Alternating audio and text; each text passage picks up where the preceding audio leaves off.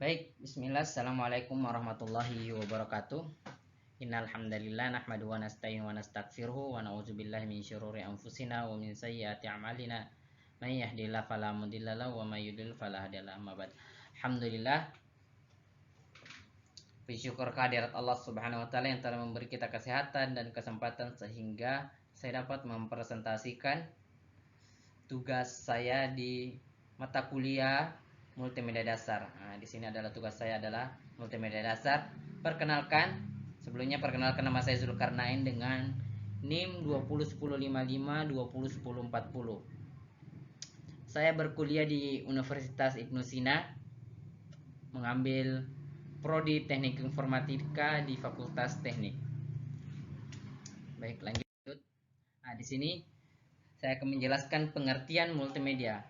Pengertian multimedia, kata media ini berasal dari bahasa Latin yang merupakan bentuk jamak kata medium. Nah, secara harfiah, media berarti perantara, yaitu perantara antara sumber pesan, I scroll, dengan menerima pesan, I receiver.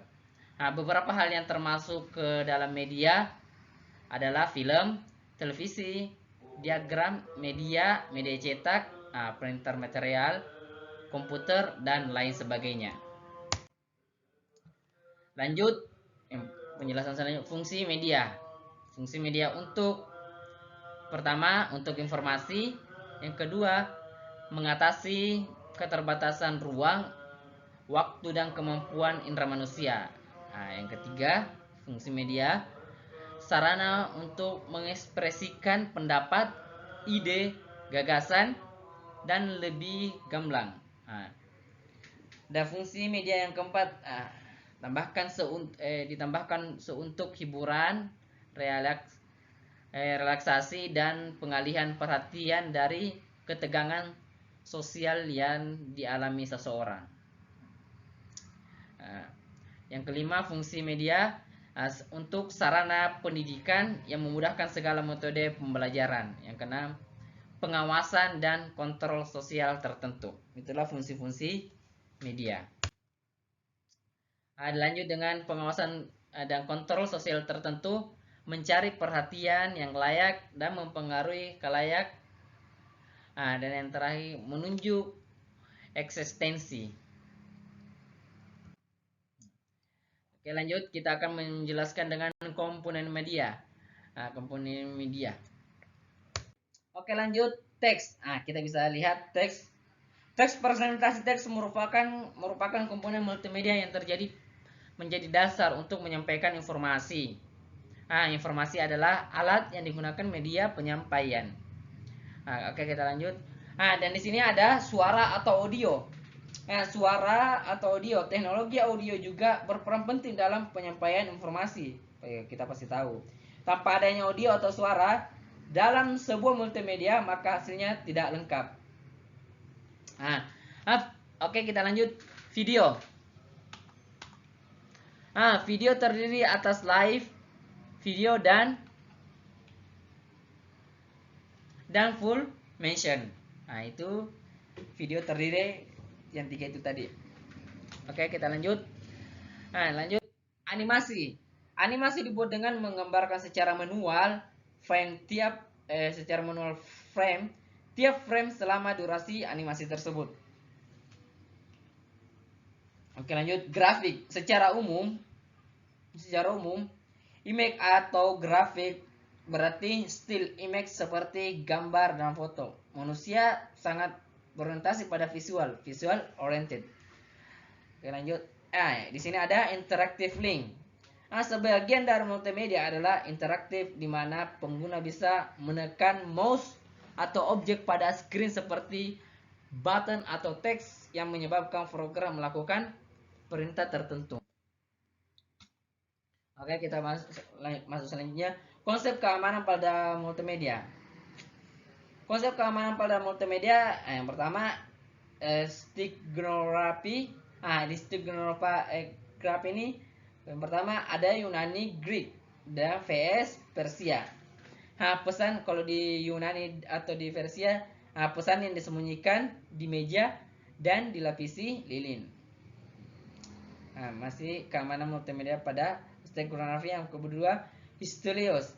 Nah, pesan ditaruh ditato di kepala budak yang telah dikunduli. Ini cara keamanan supaya lebih aman. Nah, yang lanjut, digital watermarking, menandai kepemilikan gambar digital. Lanjut dengan konsep keamanan pada multimedia, cryptography. Nah, private key character system, sistem kripto kunci privat. Nah, simetrik, kunci untuk mengunci dan membuka sama atau satu. Nah, public key, KP system, sistem kripto kunci publik. Asymmetric, kunci untuk mengunci dan membuka berbeda. Oke, kita lanjut. Nah, di sini kita akan membahas 12 prinsip animasi. Yang pertama, waktu atau bisa kita sebut timing. Nah, timing adalah menentukan kapan gerakan dari objek atau karakter harus dilakukan, sedangkan spacing adalah menentukan seberapa cepat atau lambat gerakan tersebut. Di situ kita akan mengatur waktunya. Oke, lanjut, percepatan dan perlambatan. Nah, arti timing dalam prinsip animasi adalah tentang menentukan waktu, kapan sebuah gerakan harus dilakukan. Contohnya, ketika animator menentukan pada detik beberapa sebuah apel jatuh dari pohon hingga menyentuh tanah. Sedangkan spacing adalah tentang menentukan percepatan dalam perlambatan berbagai macam jenis gerak. Ini contoh spacing. Contohnya ketika animator menentukan kepadatan gambar mulai dari apel di atas pohon, berada hingga di udara sehingga menyentuh tanah. Itu konsep percepatan dan perlambatan. Oke, lanjut. Lengkungan. Lengkungan. Gerakan tubuh manusia, hewan, dan makhluk hidup lainnya tentu gak selalu bergerak lurus, namun ada juga gerakan lengkungan. Seorang animator harus membuat gerakan lengkungan ini menjadi halus dan realistis sehingga animasi akan terasa nyata. Yang keempat, gerakan penutup sebelum akhirnya diam. Follow through and ever-living action. Follow through identik dengan bagian tubuh tertentu yang masih tetap bergerak walau objek atau karakter tersebut telah berhenti. Contohnya, helaian rambut yang masih bergerak ketika objek selesai melompat, atau rok yang masih berkibar ketika objek selesai berputar. Sementara itu, overlapping action adalah gerakan saling silang atau serangkaian gerakan yang saling mendahului. Contohnya, kucing yang baru selesai makan tapi ekornya masih tetap bergoyang. Lanjut, gerakan pelengkap atau secondary action. Gerakan ini berfungsi sebagai pendukung dan memperkuat gerakan utama. Contohnya, di dalam kelas tokoh utama lagi memakan bekalnya, tetapi ada orang yang mengobrol, mengerjakan PR di dalam kelas ini, mengerjakan PR atau mendengarkan musik sebagai latar belakang. Ini adalah gerakan yang melengkapkan di suatu animasi. Yang keenam, kelenturan objek atau squat dan stretch. Prinsip animasi satu ini berfungsi untuk menjadikan objek atau karakter menjadi lebih hidup dan nyata dengan menambahkan efek lentur. Dengan begitu, objek seolah-olah memuai dan menyusut. Contohnya, bola karet yang dilemparkan ke lantai, dia akan menyusut, seakan-akan dia akan menentukan kelenturan. Oke, yang ketujuh, melebih-lebihkan. Di dalam multimedia kita perlu juga melebih-lebihkan. Prinsip ini berfungsi untuk mendramatisir animasi. Contohnya dalam animasi Jepang, atau animate ya. Seorang yang kaget, maka kalau di animasi Jepang seorang yang kaget maka matanya akan berubah menjadi lebih besar. Itu adalah melebih-lebihkan di dalam sebuah gerakan atau di dalam sebuah animasi. Strike ahead dan pose to pose. Prinsip ini menggunakan teknik pembuatan frame by frame atau digambar satu per satu. Sementara itu pose to pose adalah teknik yang menggunakan keyframe sehingga pengerjaan menjadi lebih cepat. Teknik pose to pose dapat kita lihat di serial kartun The Powerpuff Girls. Oke, lanjut yang ke-9, gerakan pendahulu. Prinsip ini merupakan gerakan awal sebelum berlangsungnya gerakan utama. Misalnya, ketika seorang akan mengendarai motor dengan ngebut, biasanya orang tersebut akan memainkan stang atau pengatur gas terlebih dahulu. Itu gerakan pendahulunya sebelum kita melakukan sesuatu yang lebih besar ke depannya. Bidang yang ke-10, bidang gambar atau staging. Juga salah satu prinsip animasi. Staging adalah membuat lingkungan untuk mendukung mood atau suasana animasi. Misalnya pengambilan gambar dari bawah dapat membuat karakter terkesan besar dan menakutkan. Oke, yang ke-11, penjiwaan karakter atau personality. Melalui penjiwaan karakter, penonton dapat lebih mudah untuk mendalami dan mengikuti alur cerita. Penjiwaan karakter ini termasuk mulai dari tanggal lahir, hobi, sifat, fisik dan sebagainya. Oke, lanjut, daya tarik karakter atau appeal. Daya tarik yang kuat dari karakter dapat mempengaruhi emosi penonton. Misalnya, karakter dengan tampang polos akan membuat penonton merasa iba. Karakter dengan mimik muka ekspresif akan menarik rasa humor, sehingga penonton akan lebih mudah tertawa. Oke, lanjut. Kompresi audio. Kompresi audio atau video adalah salah satu bentuk kompresi data yang bersetujuan untuk mengecilkan ukuran file atau video, file audio atau video. Kompresi audio, pengkompresian data dapat dilakukan dengan memanfaatkan dua faktor utama, yaitu redundansi dan data dapat pada suara, gambar atau video yang dalam kepemilikan persepsi manusia. Dan selanjutnya, kompresi data citra atau static still image.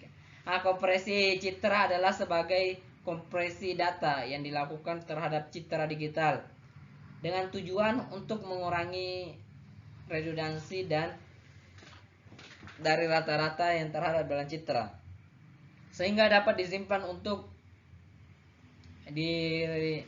ditransmisikan secara efisien. Kompresi data citra bergerak video. Bisa kita lihat. Video memiliki 3 dimensi, 0,2 dimensi spatial atau horizontal dan vertikal, 0,1 dimensi waktu. Di dalam video terdapat dua hal yang dapat dikompresi, yaitu frame, still image, dan audionya. Data video, sedangkan data video memiliki 0 residensi spatial, warna dalam stick image. Redundancy temporal, perubahan antara frame. Penghilangan redundancy spatial atau frame compression dilakukan dengan mengambil keuntungan dari fakta bahwa mata manusia tidak terlalu dapat membedakan warna membandingkan dengan brightness. Nah, lanjut penghilangan redundancy temporal. Nah, temporal atau in-frame compression dilakukan dengan mengirimkan dan mengkode frame yang berubah saja sedangkan data yang sama masih disimpan. Kompresi citra bergerak atau video animasi. Seperti slide sebelumnya, yang membedakan hanya video yang disajikan berupa video animasi atau video yang disajikan berupa video atau animasi 2D atau 3D. Ini adalah penjelasan dari jenis-jenis konsep multimedia pembelajaran.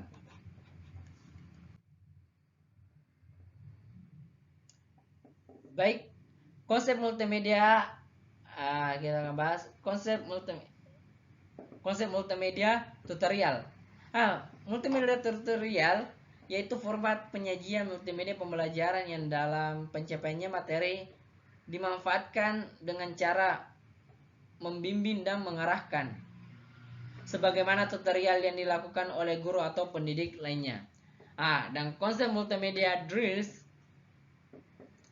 metode pembelajaran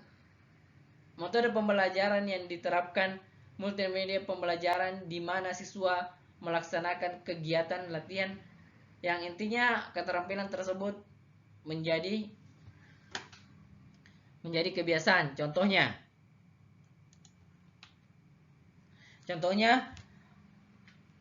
media pembelajaran tata cara sholat dan tersebut pelajaran agama dan Islam. Nantinya keterampilan tersebut akan menjadikan kebiasaan. Konsep multimedia simulation.